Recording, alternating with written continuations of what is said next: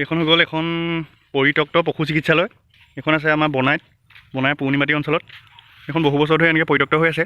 আমাৰ এই বনাই অঞ্চলত এখন পশু চিকিৎসালয়ৰ বহুত অভাৱ, কিন্তু ইয়ালৈ যি টি কাম আহে, কিন্তু দুষ্ট চক্ৰৰ হাতত পৰি কামবোৰ নাইকিয়া হৈ যায়। আৰু এইবোৰ গছপুলি লগাইছে, কিছুমান কাম নাইকিয়া গছপুলি।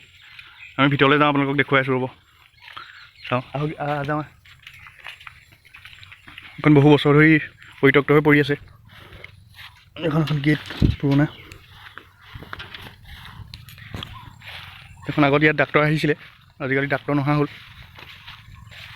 কি হ'ল নাজানো, কিন্তু এই অঞ্চলত এখন চিকিৎসালয় বহুত প্ৰয়োজন। পশু চিকিৎসালয়, খোৱা চোৱা উগুৰিকে আদি কৰি বহু অঞ্চলৰ গৰু ছাগলীকে আদি কৰি বিভিন্ন জীৱ জন্তু আছে।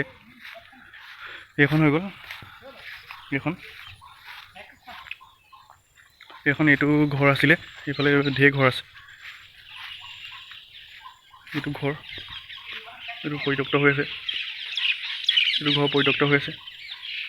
এইটো এটা ঘৰ। আমি ভিতৰলৈ আহিবলৈ চেষ্টা কৰিছোঁ, ভিতৰতো অৱস্থা নাই। ভিতৰতো এতিয়া অৱস্থা নাইকিয়া হ'ল। ইয়াত সাপ চাপ থাকিব পাৰে। ভিতৰত কিবা কিবি আছে নি চাওঁ। নাই, ভিতৰখন গোটেইখন জংঘল হ'ল। এইখন গোটেই জংঘল। এইখন দেখিবলৈ পাইছে, ইয়াত এতিয়া সাপৰ বাঁহ হ'ল। এইখন হৈ গ'ল আপোনাৰ ফ্লেগখন দেখুৱাই দিছোঁ, বহুত পুৰণি ফ্লেগ এখন আছে। এইখন বনাই পথলিয়াল পশু চিকিৎসালয় অনুসূচিত।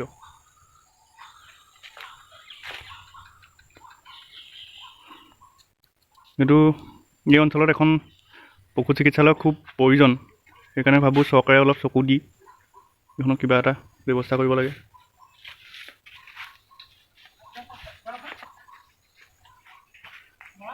এইবোৰ কিছুমান গছপুলি প্লেন আহিছিলে, কিন্তু প্লেনবিলাক কি হ'ল, এইবোৰ যি টি গছ ৰুই থৈ দিলে। আপোনাৰ ধৰক বগৰী পুলি, এইবোৰ মণিছালৰ পুলি, যি টি। আৰু এইখনত বাৰু সেই পইচাবোৰ কি হ'ল ঠিক নাই, একো হিচাপ নিকাচ নাই। এইখনেই হৈ গ'ল সেই পৰিত্যক্ত পশু চিকিৎসালয়খন। আমি ওচৰতে ব্যক্তি এজন পাইছোঁ, তেওঁ অলপ চলপ জানে এই পশু চিকিৎসালয়খন, তেওঁ জন্মৰ আগৰ পৰাই প্ৰতিষ্ঠা হৈ থকা। আমি তেখেতৰ লগত অকণ কথা পাতি শুনি লওঁচোন, আহক কি কয়। কি আছিলে এইখন, কিমান দিন হ'ল, কি কথা? এইখন মোৰ এতিয়া বয়স হ'ল 27 ইয়াৰ। খুব বেছি মই জনা বুজা হোৱাৰ পৰা 7 বছৰমান পশু চিকিৎসালয়ত ডক্তৰ আৰু মানুহ আছিলে। তাৰপিছৰ পৰা পশু চিকিৎসালয়খনত কোনো ডক্তৰ নাই। আৰু দেখিছে আপোনালোকে ইমান ধুনীয়া পৰিৱেশ আছিলে, এতিয়া গোটৰ বাংলা নিচিনা হৈ পৰিলে। আৰু অত্যন্ত প্ৰয়োজনীয়। আমাৰ ইয়াত বহুত গাঁও আছে, বহুত ভিতৰলৈকে গাঁও আছে। বনাই বুলি ক'লে বহুত জেগাত বহুত গাঁৱত আছে, কিন্তু পশু চিকিৎসালয়খন অতি প্ৰয়োজনীয়। যিহেতু এতিয়া কিবা এটা গৰু ছাগলী কিবা এটা হ'ব লাগিলেও ডক্তৰ বিচাৰি বহুত দূৰ যাবলগীয়া হয়, ফোন কৰিলেও পটককৈ নাপায়। তাৰ পশু চিকিৎসালয়খন ওচৰতে আছে, এখন এলেকাটো আছে, এনেই পৰি আছে। ইমান ধুনীয়া এখন মাটি পৰি আছে চৰকাৰী, আৰু চৰকাৰী বস্তুৱে কিমান আঠানি হৈছে দেখিছে। টিংপাতৰ পৰা ধৰি ইমান ধুনীয়া ঘৰ পেলনি গৈছে, নষ্ট হৈছে। তাকে দেখি চৰকাৰে যেন বিজেপি চৰকাৰে কিবা এটা চকু মেলে যেন, তাকে আমি অপেক্ষা কৰিছোঁ। সেয়েহে এইটো ভিডিঅ' বনাবলগীয়া আছে, এটা আপোনালোকৰ সহায় চৰকাৰে যেন দেখে। এখন আহিছিল মহাত্মা গান্ধী নেশ্যনেল ৰুৰেল, এইবিলাক এনেকৈ কিছুমান আঁচনি আহি পেলাই নি এইবিলাক কাম আহিছে।